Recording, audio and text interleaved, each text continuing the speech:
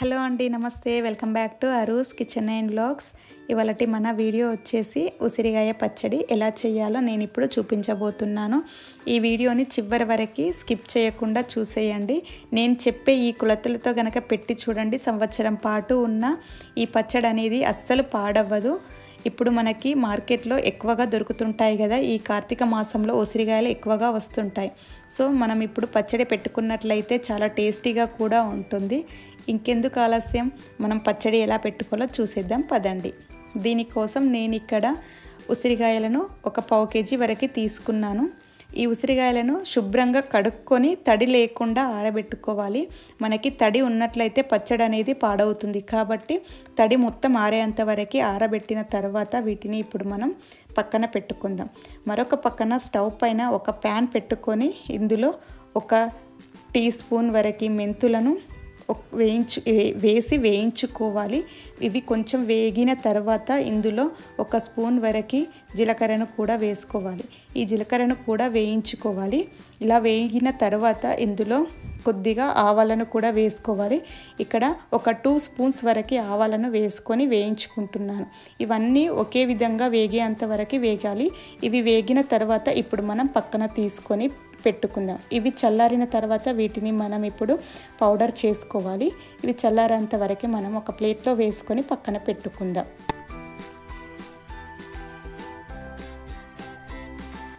ఇక్కడ చల్లారిన తర్వాత మనం వీటిని ఇప్పుడు మిక్సీకి వేసుకోవాలి. చూసారు కదా, ఈ విధంగా మెత్తగా పౌడర్ చేసుకోవాలి. ఇలా చేసుకున్న తర్వాత దీనిని ఒక ప్లేట్లో తీసుకొని పక్కన పెట్టుకోవాలి. మరొక పక్కన స్టవ్ పైన ఒక ప్యాన్ పెట్టుకొని అందులో 4 to 5 టేబుల్ స్పూన్స్ వరకు ఆయిల్ని తీసుకోవాలి.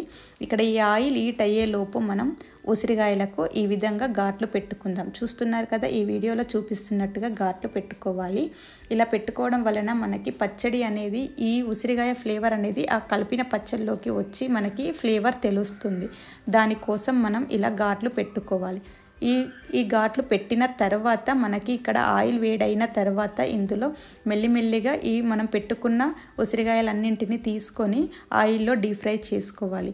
ఇవి కొంచెం కలర్ చేంజ్ అయ్యేంత వరకు గోలించుకోవాలి. మెల్లిమెల్లిగా ఈ విధంగా చూస్తున్నారు కదా, ఈ విధంగా గోలించుకోవాలి. ఇలా కలర్ చేంజ్ అయ్యేంత వరకు గోలించిన తర్వాత వీటిని ఇప్పుడు మనం తీసుకోవాలి.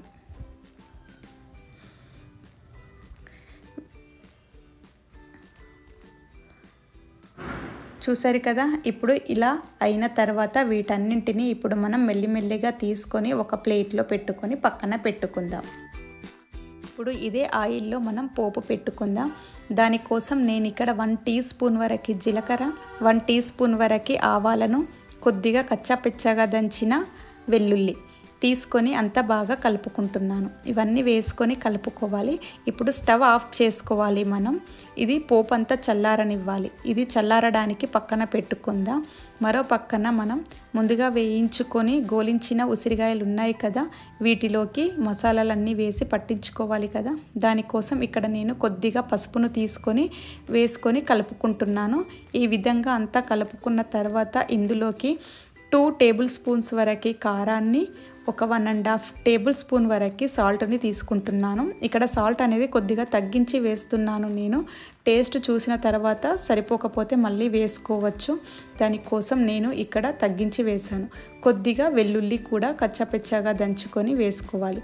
ఆ తర్వాత మనం ముందుగా పౌడర్ చేసి పెట్టుకున్నాం కదా, జీలకర్ర, ఆవాలు, మెంతులు కలిపి దానిని కూడా ఇందులో వేసుకోవాలి. ఇలా వేసుకొని అన్నీ బాగా కలుపుకోవాలి. ఈ ముక్కలకి అన్నీ బాగా పట్టే విధంగా ఈ మసాలాలు కలుపుకోవాలి. చూసారు కదా, ఈ విధంగా మొత్తం అన్ని ముక్కలకి కలుపుకోవాలి పట్టే విధంగా. ఇలా కలిపిన తర్వాత మనం ఈ పోపు అనేది చల్లారుతుంది కదా, ఈ లోపు మనకి ఇప్పుడు ఈ పోపు అనేది ఇందులో వేసుకొని అంత బాగా కలుపుకోవాలి. చూసారు కదా, ఇంతే అండి. ఇదంతా ఇందులో వేసుకొని కలిపేసుకోవడమే. విధంగా అంతా బాగా కలుపుకున్న తర్వాత ఇప్పుడు మనం ఇందులోకి కొద్దిగా చింతపండునైనా లేదా కొద్దిగా నిమ్మరసాన్నైనా వేసుకోవాలి. ఎందుకంటే ఈ ఉసిరికాయ అనేది వగరు ఉంటుంది కాబట్టి మనం పులుపు యాడ్ చేయడం వలన టేస్ట్ అనేది బాగుంటుంది. ఇక్కడ నేను కొద్దిగా నిమ్మరసాన్ని వేసుకుంటున్నాను. అదే చింతపండు వేసుకునేవారు కొద్దిగా చింతపండును వాటర్లో వేసుకొని బాగా మరిగించుకోవాలి. అది బాగా ఉడికిన తర్వాత దానిని తీసుకొని ఇందులో వేసుకోవాలి. ఇంతే అండి. దీన్ని అంతా బాగా కలుపుకున్న తర్వాత దీనిపైన మూత పెట్టుకోవాలి. మూత పెట్టి ఒక 2-3 డేస్ వరకు పక్కన ఉంచుకోవాలి. 2-3 డేస్ తర్వాత చూసినట్లయితే మనకి ఈ ముక్కలకి ఆ పచ్చడి అంతా పట్టేస్తుంది. చూసారు కదా, ఆయిల్ అనేది మొత్తం పైన వచ్చింది కదా మనకి.